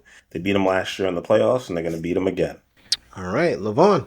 I think it's pretty obvious the hatred that you guys have. You can also say the same thing goes for you as well with the Giants fans and the Bears, because both of you refuse to give the Packers any Eagles form of credit at any time for being a good football team. I know the only thing Brett Favre destroyed was his liver in the state of Mississippi's welfare fund. You are telling on yourself, sir. Telling on yourself. How so? What are you talking about? Well, I haven't made my pick yet, Ant. So how about you wait? You wait for that. I'm getting to it. But I picked the Eagles. I said the Eagles were the second best team in my power ranking. When I don't even think Ace even has the Packers in his top anything, or he's got them down at like 16. But I mean, Aaron Rodgers and Brett Favre did a number on you too. I mean, he really did. If you ever say something nice about the Packers, I think we're recording this. We should document it. Philadelphia made a bunch of trades, and if that tells me anything, it lets me know that they are not confident in their position currently that they can repeat as champions, let alone get out of the NFC and get to the Super Bowl.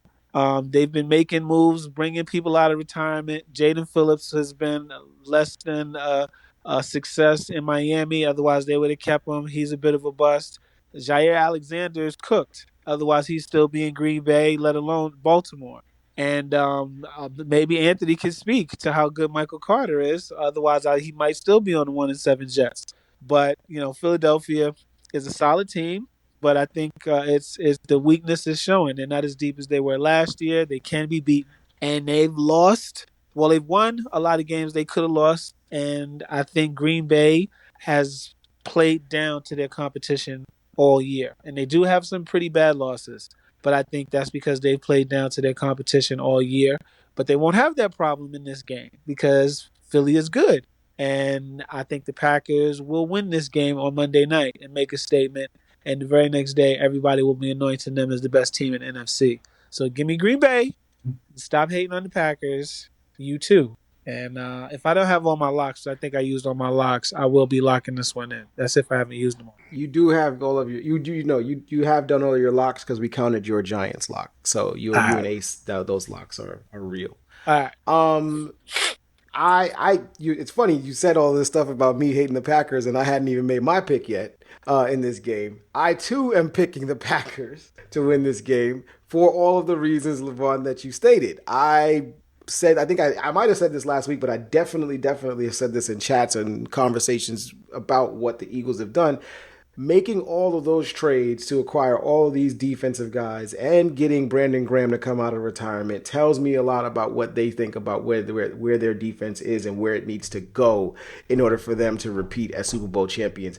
I think that's very, very telling for this team, for this organization. And although I do believe that they got some very talented players, those guys were available for a reason. Those guys were definitely available for a reason. Michael Carter might be the best player that they got, honestly, out of the three deals that they made. Jalen Phillips has had injury problems over the course of his career. Jair Alexander has not been great over the last 2 seasons since he was one of the better defensive players in the league.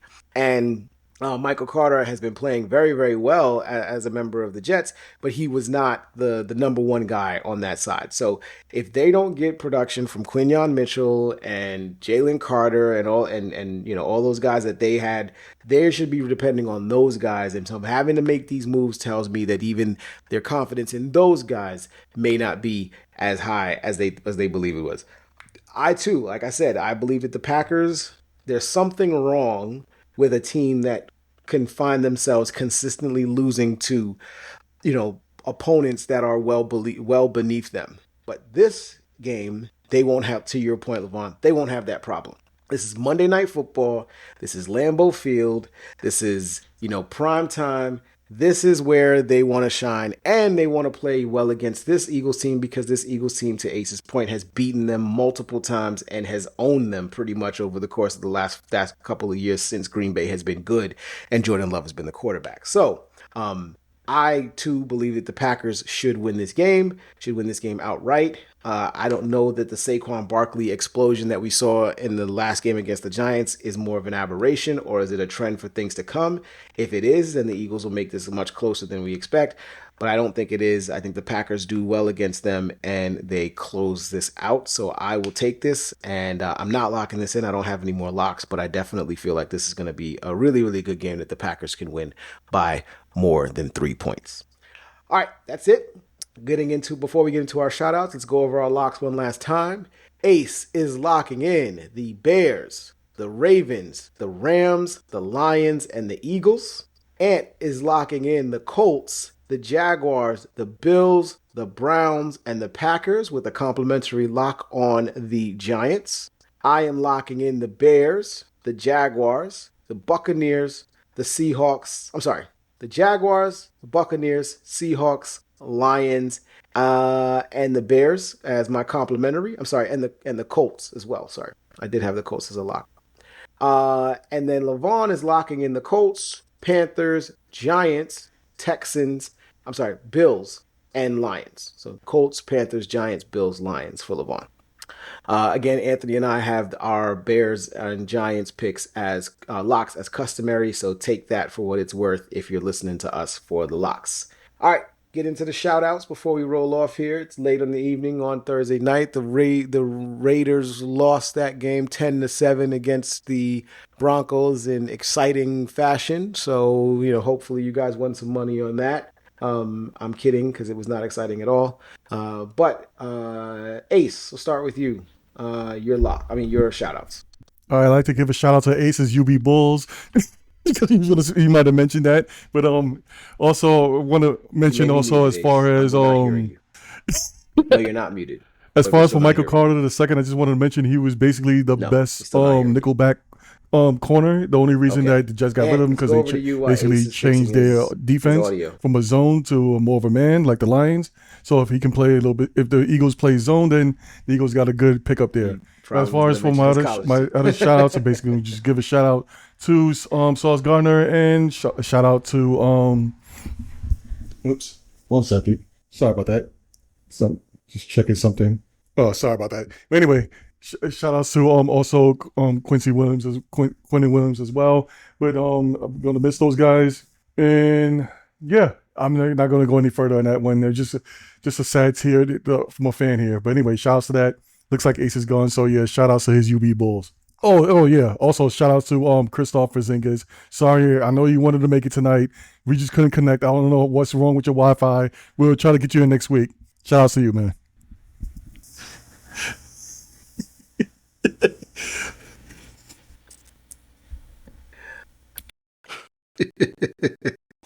Fix that Latvian Wi-Fi, Chris Stapps. Levon, you want to give your shout outs? Yeah, I want to shout out. I'm pretty biased. Anyone listening to this knows if I'm not shouting out something New York, then I'm pretty much shouting out something New York. Basketball season is upon us. I want to shout out to New York Knicks. Currently, we are sitting at 5-3. Recently, with a most impressive victory over the Minnesota Timberwolves, which always brings me great pleasure because Julius Randle, my favorite player in the NBA, is on the Minnesota Timberwolves. So anytime we can stick it to the T Wolves or anything Julius Randle, yeah, I'm all for it. But they played very well last night, especially Mitchell Robinson, who proved his worth to the team by grabbing 9 offensive rebounds, 10 total rebounds, 9 offensive rebounds in 16 minutes, which is ridiculous. And if only Mitchell Robinson could play a full season and play a full complement of minutes, there's no telling how far this team can go. I'm really looking forward to see what we do this year, and hopefully the Knicks can bring home the first championship basketball-wise to the city of New York since 1973. And yeah, I just want to shout out the New York Knickerbockers. All right. Ace. Can you hear me now? Yes. All right. RIP to Marshawn Nealand from Western Michigan. He went from a 2-star college recruit to a second-round NFL draft pick and scored a touchdown last week. And this is just a reminder to everybody to check in on your people and to take care of your mental.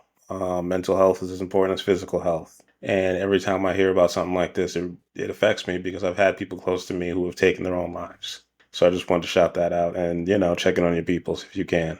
On a much more positive note, I am shouting out my UB Bulls because they put the beat 'em down on Eddie George and his Bowling Green State Falcons, and we are now 5-3 on the year, 5-4 on the year, and we're on a bye week this week. But enjoy the action. It was yesterday and the day before, so we're playing all of our Tuesday and Wednesday games, and we got this trend rolling. So shout out to us and shout out to Oliver Ryu, the 7'9" center from the University of Florida, also from France. I don't know what they're putting in the water over there.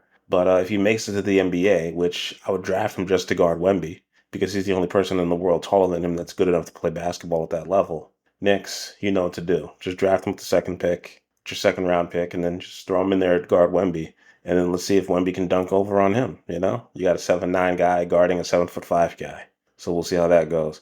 And shout out to Pablo Torre finds out.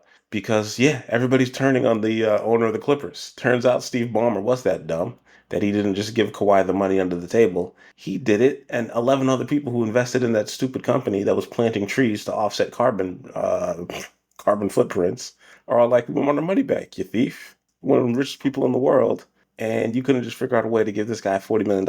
And the reason why they found out is because Kawhi Leonard was part of the bankruptcy filing, publicly obtained information, and it hasn't even worked out because Kawhi's never even healthy. So that's kind of amazing.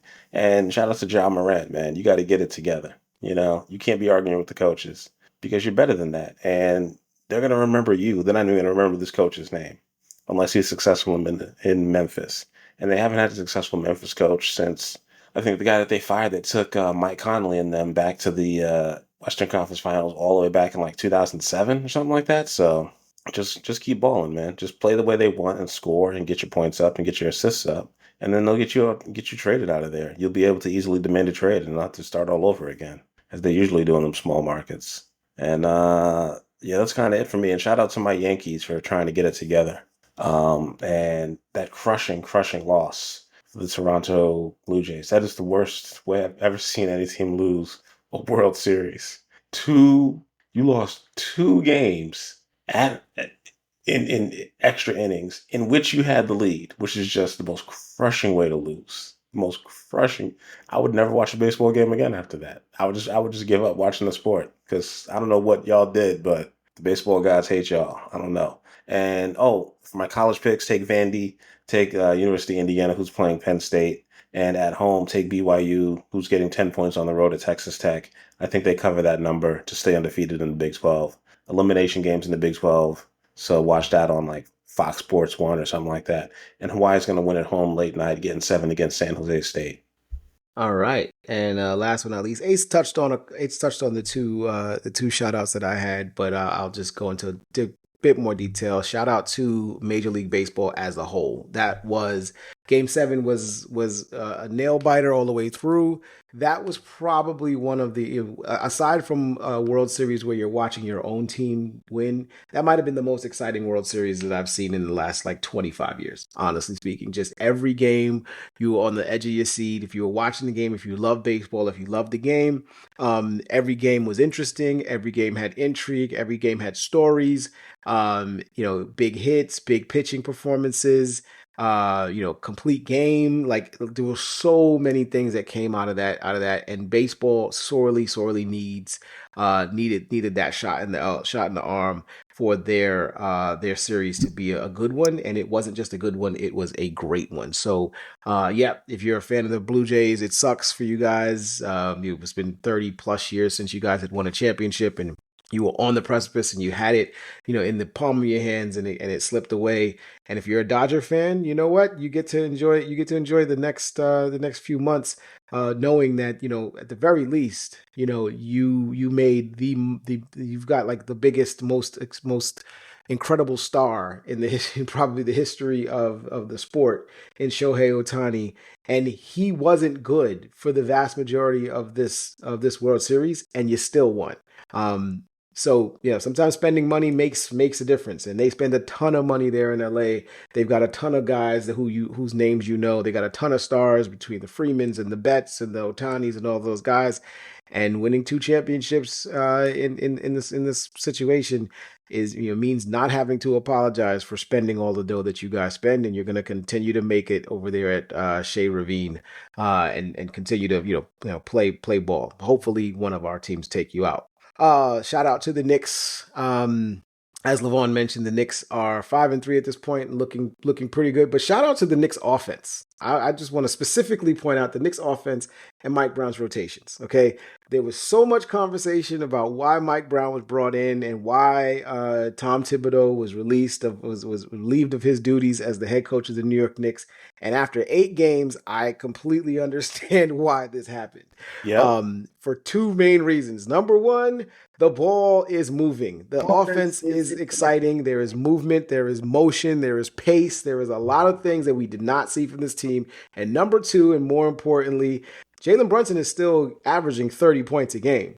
And he's doing it in less than 38 minutes per game. Correct. And that's actually pretty freaking interesting too. Efficient offense. Amazing. Mike Brown has shown that at the very least, this team, as currently constructed, with Mitchell Robinson in the starting lineup, could score points and could be effective on the offensive side of the ball. Yes, they need to fix the defense. Yes, they absolutely need to work on things on that side of the ball, and they will. They'll get better at rotations and all of those things. But just seeing Mike Brown be able to incorporate guys like Landry Shamet, of course, Deuce McBride, Jordan Clarkson, and we've seen on multiple occasions over the course of this season so far, Tyler Kolek as a point guard, playing point guard for this offense, is showing that sometimes you make a change and it's for the better, and you absolutely can see why this happened. And that's not just said across this sport, but across multiple sports where that goes down. And so shout out to the Knicks for making the decision. And at least with 8 games in, I can see why that happened. We'll see if it pans out for the remainder of the year. But at the very least, I can see why that went down. Last but not least, shout out to Victor Wembanyama. Ace talked about him a little bit earlier. He is the most exciting, the most thrilling, and the most just weird player in the league at this point. When a guy can score 40 in one game and 9 the next game, that's just weird. That just doesn't make sense.